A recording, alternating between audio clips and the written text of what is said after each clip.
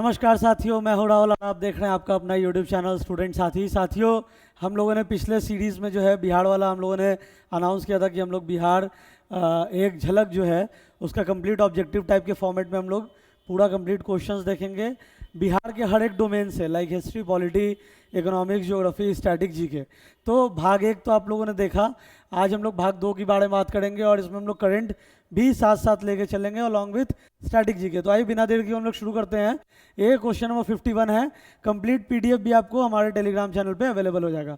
तो बिहार के मुख्यमंत्री नीतीश कुमार ने अब तक कितनी बार बिहार के मुख्यमंत्री के रूप में शपथ ली है? तो काफ़ी अभी करंट का क्वेश्चन भी चल रहा है कि बिहार में बदली सरकार है लेकिन सीएम तो नीतीश कुमार है, ठीक है ना। तो 8 बार जो है हमारे माननीय मुख्यमंत्री जी ने बिहार में मुख्यमंत्री के रूप में शपथ ली है, ठीक है। 8 will be the correct answer. Nalanda Mahavihara का पता किसने लगाया था? तो मैकेंजी ने नालंदा महाविहार का पता लगाया था। नचारी राग व लगनी राग का सृजन किसने किया था? तो ये महान कवि विद्यापति जी ने। ये काफ़ी इंपॉर्टेंट एग्जामिनेशन में ये आ भी चुका है। जैसे मैंने आपको पहले वाले भी वीडियो में बताया कि जो भी यहाँ पे क्वेश्चंस हम लोग देखेंगे या डिस्कस करेंगे वो सब आपके एग्जामिनेशंस में ऑलरेडी पूछे जा चुके हैं। तो नचारी राग और लगनी राग का सृजन कवि विद्यापति ने किया, ठीक है। उसके बाद प्राचीन काल से ही बिहार की पावन भूमि पर संगीत साधना में प्रमुख स्थान किसका है? तो आपका गौतम और याज्ञवल्क्य और ऋषि भृगु, इनमें से सभी का जो है प्राचीन काल में बिहार की पावन भूमि पर संगीत साधना के लिए प्रमुख स्थान है। प्रख्यात कवि विद्यापति कहाँ के निवासी थे? तो वो मिथिला से बिलोंग करते थे, ठीक है ना। उसके बाद बिहार के किस महाकवि के काल में नचारी राग के गीत घर घर गाए जाते थे? तो नचारी राग किनके द्वारा था? तो कवि विद्यापति के द्वारा। और नचारी राग के गीत घर घर गाए जाते थे तो महाकवि विद्यापति के काल के दौरान जो है नचारी राग जो है वो हर घर में लगभग प्रचलित था, फेमस था, ठीक है। ये आपके कला वाले क्वेश्चंस हैं। बिहार में प्राप्त मौर्य अभिलेखों की लिपि क्या है? मतलब किस लैंग्वेज में जो भी मौर्य अभिलेख हमें प्राप्त हुए बिहार में, जो भी उसके साक्ष्य प्राप्त हुए हैं वो किस लैंग्वेज में है? तो यहाँ पे ऑप्शन आपसे है खरोष्ठी, अरमाइक, संस्कृत या ब्राह्मी। तो ब्राह्मी अभिलेख जो अभिलेख हैं वो ब्राह्मी लिपि में है, ठीक है। उसके बाद आगे बढ़ते हैं। बिहार में फाग राग के गीतों की रचना किसने की थी? तो नवल किशोर सिंह ने फाग राग के गीतों की रचना की थी। फागन के महीने में गाए जाने वाले गीतों को क्या कहा जाता है? तो उनको फाग राग भी कहा। फागुन का महीना में जो होली आता है तो उसको फाग राग, होली राग, फगुआ, ये सब कहा जाता है। तो फागुन के महीने में जो भी गीत गाए जाते हैं, गाए जाने वाले गीतों को फगुआ भी कहते हैं, होली राग भी कहते हैं और फाग राग भी कहते हैं। बिहार के किस जिले में गंगा नदी पर विक्रमशिला सेतु का निर्माण किया गया है? विक्रमशिला सेतु, तो विक्रमशिला का संबंध कहाँ से? तो भागलपुर से है। तो Bhagalpur will be the correct answer कि बिहार के भागलपुर जिले में गंगा नदी पर विक्रमशिला सेतु का निर्माण किया गया है, ठीक है। बिहार में किस वर्ष बहुप्रतीक्षित राज्य महिला आयोग का गठन किया गया है? बिहार में किस वर्ष बहुप्रतीक्षित राज्य महिला आयोग, मतलब महिला आयोग के लिए जो स्टेट महिला आयोग का जो है कब गठन किया गया? तो 2001 में जो है महिला आयोग का गठन किया गया। रेल मंत्रालय ने बिहार राज्य के कितने रेलवे स्टेशनों को आदर्श रेलवे स्टेशन के रूप में विकास के लिए चुने हैं? तो ये अभी रिसेंट का है, तो ये करंट भी हम लोग इसको बोल सकते हैं कि 9 टोटल रेलवे स्टेशन है जिनको आदर्श स्टेशन के रूप में चुना गया है। तो इसी तरीके का सेशंस, जैसा मैंने बताया कि बिहार स्पेशल है तो बिहार का कंप्लीट सीरीज हम लोग आपके साथ लाएंगे। साथ ही साथ हम लोग अपने ऑफलाइन सेंटर जो पटना यूनिवर्सिटी के सामने है रमना रोड कॉर्नर पे, वहाँ हम लोगों ने full length test as well as subject wise test series भी हम लोगों ने शुरू किया है। तो वो भी आप हमारे सेंटर्स पे भी आ सकते हो या जो साथी हमसे ऑनलाइन जुड़ सकते हैं वो ऑनलाइन के माध्यम से पीडीएफ प्राप्त कर सकते हैं। रेल मंत्रालय द्वारा बिहार का कौन सा स्टेशन आदर्श स्टेशन में शामिल नहीं है? तो भागलपुर वाला जो स्टेशन है वो आदर्श स्टेशन में शामिल नहीं है, जबकि गया, पटना, दानापुर, इन सब स्टेशनों को आदर्श स्टेशन में रेल मंत्रालय द्वारा शामिल किया गया है।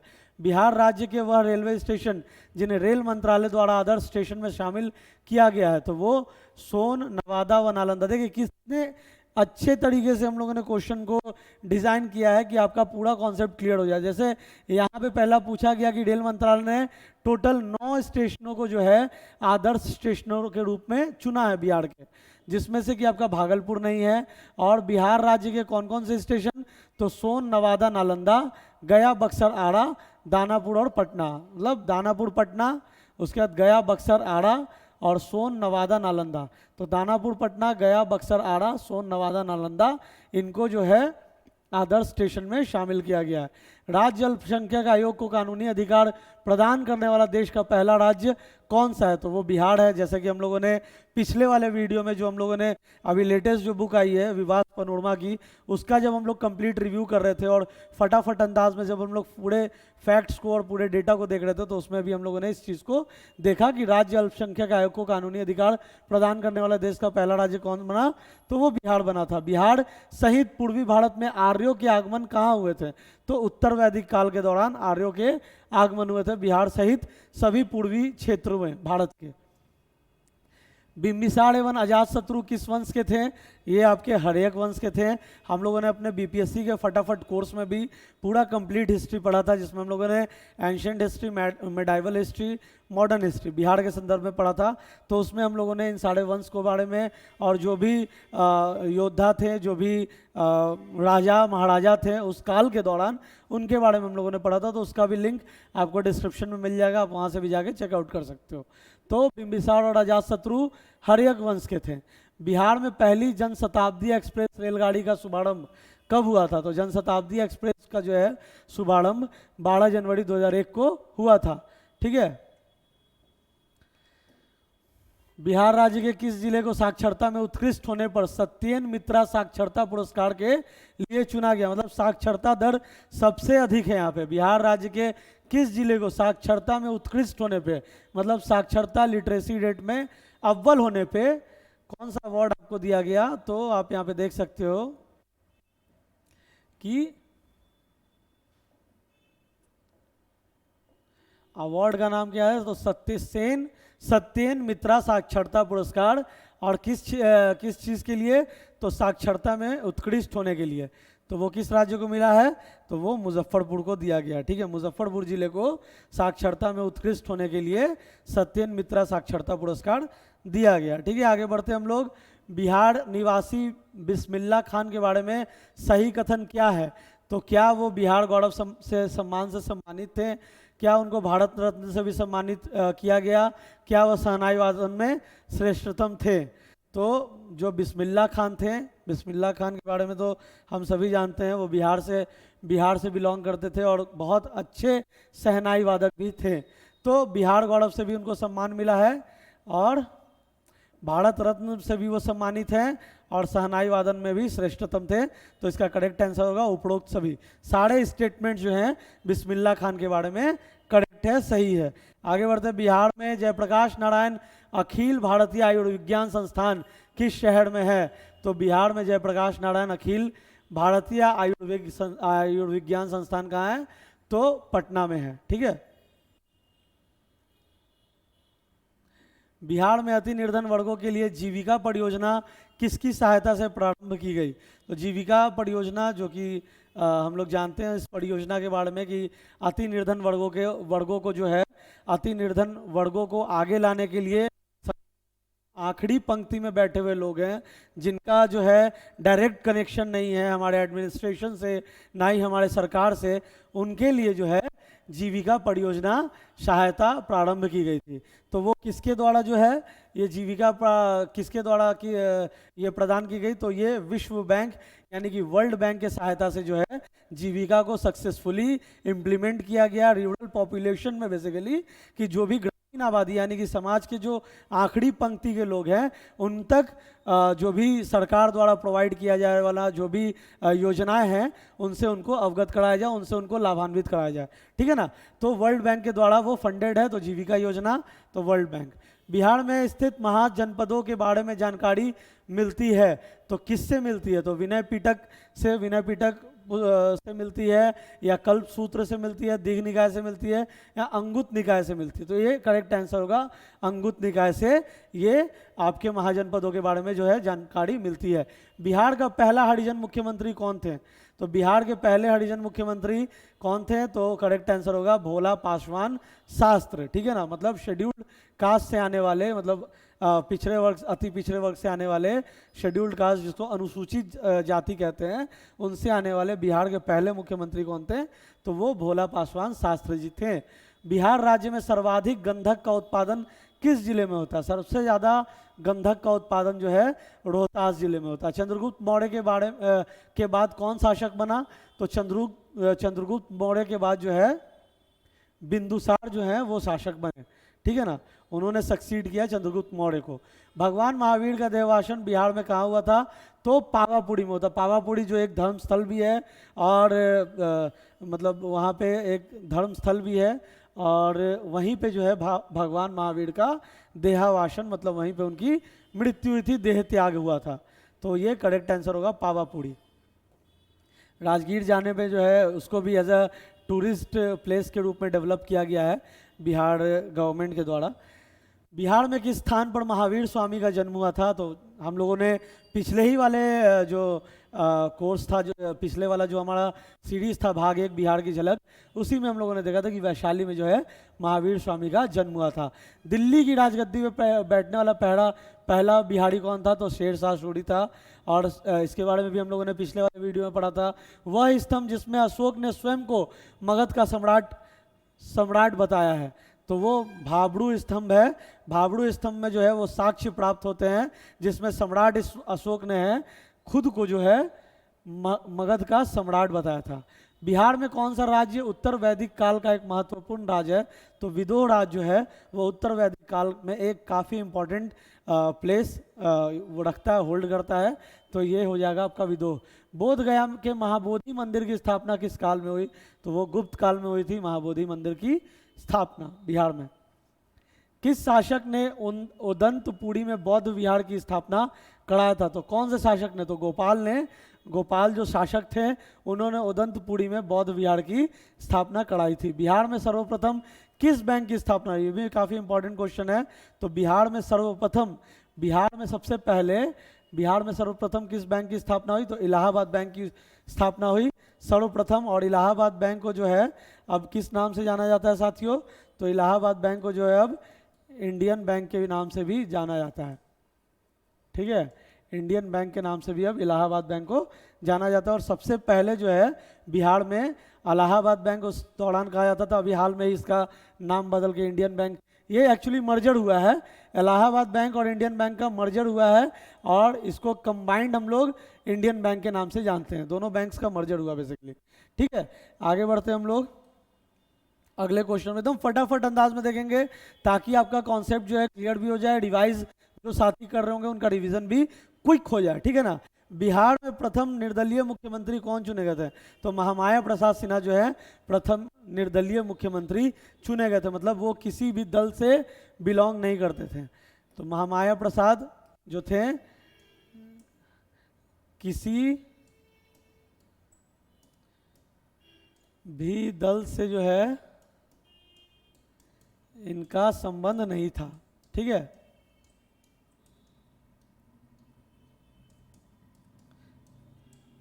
माया प्रसाद जो थे वो निर्दलीय मुख्यमंत्री थे, किसी भी दल से इनका कोई संबंध नहीं था। और ये काफ़ी इम्पोर्टेंट है क्योंकि ये एक तरीके का जो है हिस्ट्री में कुछ कुछ ऐसी घटनाएं होती है जो एक ही बार होती है। तो ये एक ही बार हुआ कि निर्दलीय मुख्यमंत्री चुने गए। अब के दौर में तो ये सब संभव ही नहीं है कि किसी निर्दलीय को उठा के मुख्यमंत्री बना दिया जाए। तो महामाया प्रसाद सिन्हा जो थे वो बिहार के पहले और अभी तक जो है आखिरी निर्दलीय मुख्यमंत्री के रूप में चुने गए थे। तो अभी तक तो फिलहाल कोई दूसरे निर्दलीय मुख्यमंत्री नहीं हुए इनके अलावा। उसके बाद आगे मिथिला के कनाट शासकों की राजधानी क्या थी? तो सिमरावगढ़ जो थी वो मिथिला के कनाट शासकों की जो है वो राजधानी थी उस दौरान। उसके बाद आइए बिहार में सबसे पहले किस स्थान से नव पाषाण युगीन अवशेष प्राप्त हुए हैं? मतलब नव पाषाण काल के जो है, मतलब नव पाषाण काल जब मनुष्य लिखना पढ़ना सीख रहा था उस दौरान जब, तो वो जो है नव पाषाण युगीन अवशेष कहाँ से प्राप्त हुए बिहार में सबसे पहले? तो चिरांद से ये जो है अवशेष प्राप्त हुए हैं, ठीक है ना, नव पाषाण काल के। वास्तुकार महागोविंद किस शासक के दरबार में था? तो वो बिंबिसार के शासक के दरबार में थे।